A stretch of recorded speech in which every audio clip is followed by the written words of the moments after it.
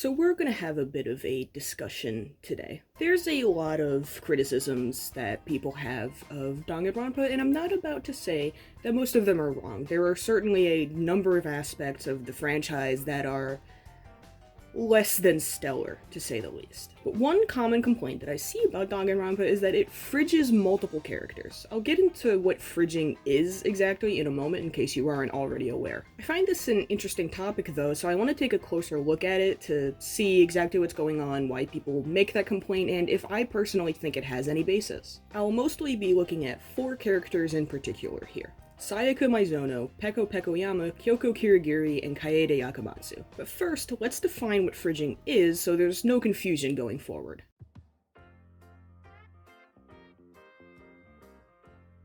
Fridging is the name for a trope in which a minor character is hurt or killed off for the sole purpose of motivating or torturing the main character. The trope itself is just that, a trope. Most tropes are not inherently good or bad, with some exceptions. Tropes pop up everywhere in every type of media. You're never going to consume a piece of media that doesn't have at least a few. While tropes themselves are often not inherently good or bad, there are good and bad ways to write them and pull them off. Fridging as a term is often used in a negative connotation, referring to the times when the trope is not done very well. In fact, when it's done well, most people won't even really register it as fridging. So what can make fridging or the trope bad? There seem to be 2 main aspects to it. 1. The motivation or pain that the main character experiences doesn't last very long. The minor character is hurt or killed, and then the MC is mad about it for a little bit, then they get revenge, and suddenly everything's fine. And 2, the fridged characters seem to exist only so they could be hurt or killed to motivate the main character. This is just plain lazy writing. The fridged character basically isn't seen as a character in their own right, and they're only used as a plot device. They have no other effect on the plot, and when a character has no real role within the story, you have to wonder if it's necessary for them to be there in the first place. Fridging is also often seen as a sexist trope that more often affects female characters. This is largely because fiction throughout history has been dominated by male leads and protagonists. This often results in women being relegated to supporting roles and sometimes only existing to be hurt or killed so that the main character has motivation. The term fridging itself is taken from the world of comic books. It originates with an issue of Green Lantern in which the MC's girlfriend is killed and literally stuffed inside a fridge for him to find. But here's a couple important things to remember. Not only female characters can be fridged, and not every female character that dies was fridged. This is why it's important to look at the greater picture and consider more aspects than just, did this character die? And that's exactly what I'm going to do. So let's start this off by taking a look at Sayaka Maizono from Trigger Happy Havoc.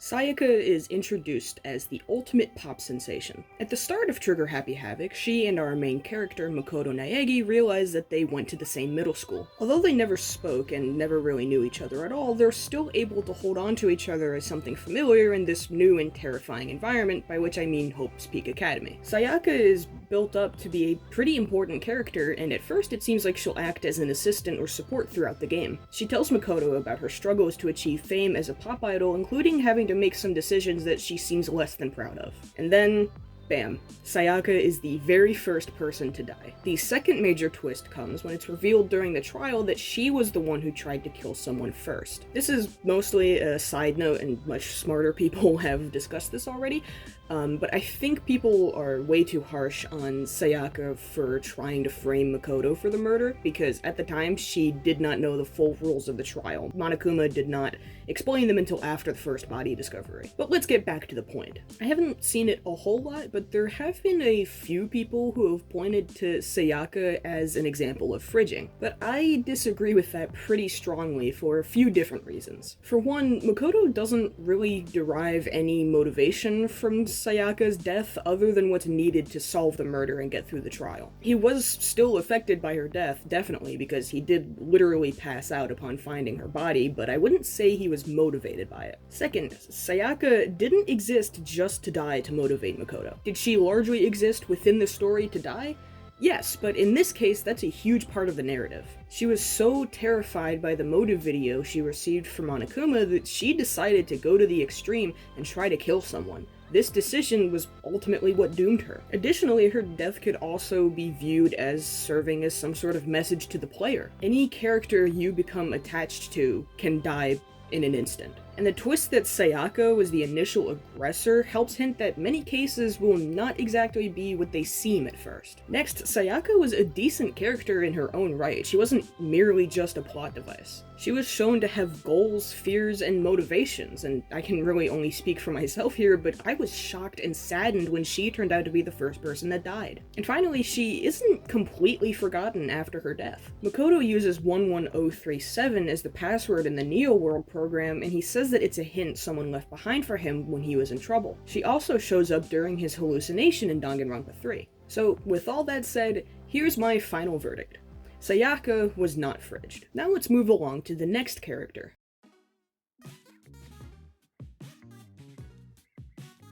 Peko is introduced in Goodbye Despair as the ultimate swordswoman. She's the Black End in Case 2, murdering Mahiru Koizumi, the ultimate photographer. During the trial for that case, her background is revealed. Peko was raised by the Yakuza to be basically a personal hitwoman for Fuyuhiko. Her upbringing affected her so strongly that she came to believe she was truly nothing more than a tool for him to use. Peko's mentality is really taken to the extreme. She literally does not view herself as a person. Because she views herself as a tool, her plan was to allow Fuyuhiko to escape by having everyone else vote her as the killer. But since in her mind she's just a tool or a weapon, Fuyuhiko would count as the true killer rather than her. It's important to note though that Fuyuhiko never ordered Peko to kill Mahiru. She made that decision herself out of the fear that if she didn't, Fuyuhiko would actually kill Mahiru. It's debatable if her decision was necessary, but that's not what we're here to talk about. Fuyuhiko himself insists he never saw Peko as a tool. He only ever saw her as a person, and he never wanted to use her as a tool or weapon of any sort. Peko might be the one character that I see people point to as an example of fridging the most. And I can really see why, but for the most part, I kind of disagree. Allow me to justify this. Peko's sacrifice and death are the catalyst for Fuyuhiko's entire character arc. She isn't quickly forgotten. Fuyuhiko doesn't just get up the next morning and move on from her death. It still continues to affect him throughout the entire game. He's even left with a physical reminder of it. He's forced to wear an eye patch for the rest of the game because she accidentally cut his eye when he ran into her execution to try to save her. I often see people say Fuyuhiko had some of the most solid and well-done character development in the entire franchise, and I agree. He's a very good, well-written character. And this is the exact reason why I think Peko wasn't fridged. Sure, you can point to her as an example of the trope, I wouldn't disagree with that, but I think it's pretty well done. So my final verdict, Peko probably wasn't fridged, and even if she was, it was done well enough that it's not really much of a concern. Let's move on.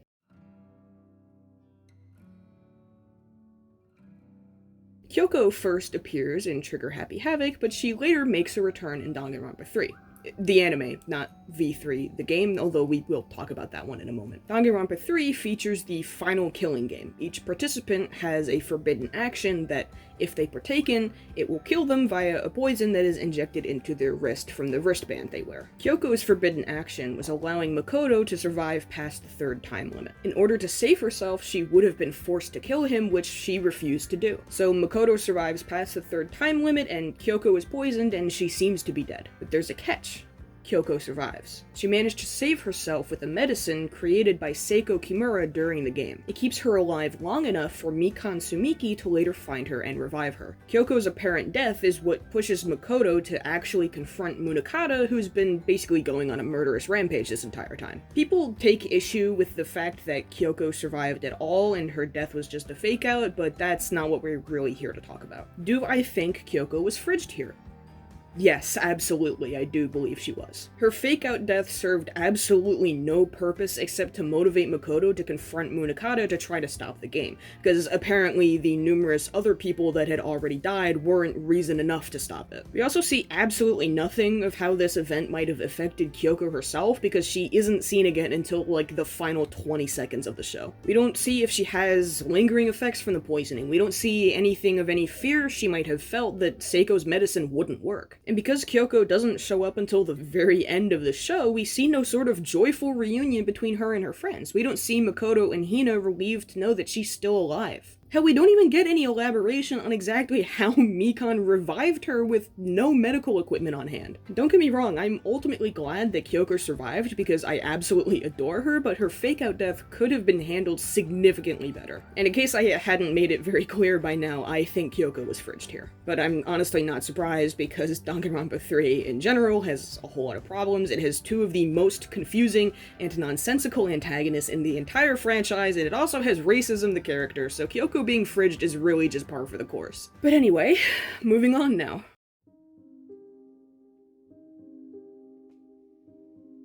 Kaede is introduced to us as the ultimate pianist in V3 Killing Harmony. She's also initially set up as the protagonist for the game. We, the player, control her and see the game through her eyes. We go through the entire first chapter playing as Kaede, including the investigation for the first death of the game, Rantaro Amami. During her screen time, she develops a close bond and friendship with Shuichi Saihara, the ultimate detective. During the trial for Rantaro's death, we learn something shocking. Kaede is the Blackened. She came up with a plan to kill the mastermind in order to end the killing game, and ended up killing Rantaro instead by complete accident. Kaede is executed for Rantaro's murder, and from that point on, Shuichi takes over as the protagonist of the game. He's shown to be affected pretty heavily by her death. I'm pretty sure he stays in his room for like 2 whole days or something. But then the end of the game reveals another huge twist to us.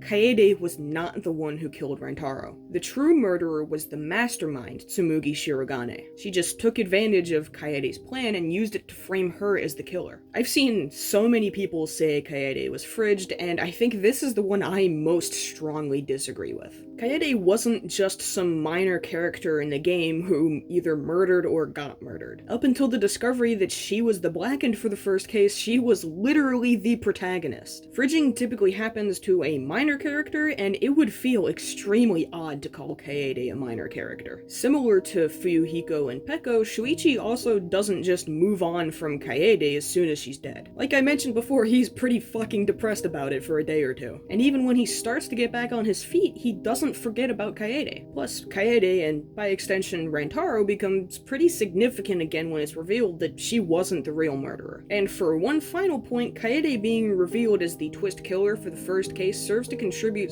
to V3's overall message and theme of truth versus lies. With V3, you really can't trust anything. In all honesty, I'm kind of surprised it took them until the 3rd entry in the main series to have the main character be the killer. Basically, I don't think Kaede was fridged, and I pretty much refuse to change my mind on that. Moving right along.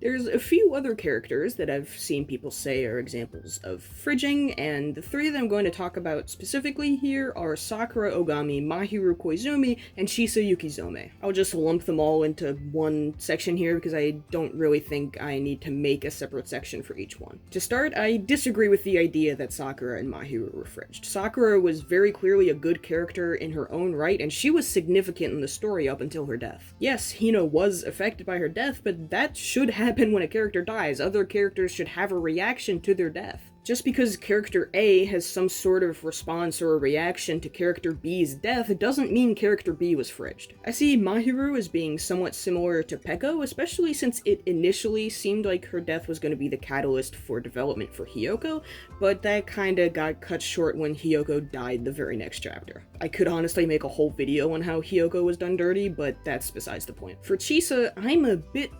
undecided. She was killed off in the very first episode of Danganronpa 3, and her death seems to be what kickstarts Munakata going absolutely bonkers. Side note, Munakata as a character is confusing as hell. Like, what the fuck is going on with this man? Side note over. Through the Despair arc, we learn more about Shisa as a character. We learn that she's a dedicated teacher who cares a lot about her students. I honestly find it difficult to make a decision on Shisa because on the one hand, she has a decent amount of screen time in the Despair arc, so we do see quite a bit from her, but also her death really did seem to only serve the purpose of sending Munakata off the deep end. I guess I lean more towards saying Chisa was fridged, if only because, like I mentioned before, Danganronpa 3 itself has issues. Wouldn't be the first time it fridged a character. actually, it would be the first time. Kyoko would be the second time, but that's besides the point. Danganronpa 3 had a whole assortment of characters who really only existed to die, and in terms of those characters, Chisa had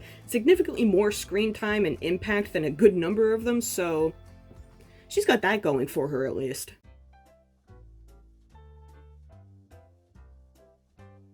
I never know what to say at this part. I suck at conclusions and outros. Like, you already watched the whole video. What do I think this is? A 5-paragraph essay where I need to summarize the entire essay that the reader just read for themselves at the end? Whatever. Moving on. I think some people are a little too quick to label any female character death as fridging. Like I said before, fridging itself is just a trope, and there are good and bad ways to pull it off. I think Peko's death was handled pretty well, while Kyoko's fake-out death was, not great. I guess I'll summarize it like this. A character that exists only so their death can motivate another character is just plain lazy writing. You might as well just replace them with an object that gets broken or stolen at that point. But a character that has development of their own, affects the narrative in some way, and then dies and other characters are motivated or affected by their death? Not bad writing, nor would I really call it fridging. I guess I'll just leave you with the message of being critical of the media you consume. Be aware of tropes like fridging, but also keep in mind that there are good and bad ways to pull them off. That's all I've got to say for now, so have a nice day, drink some water, and I will see you next time.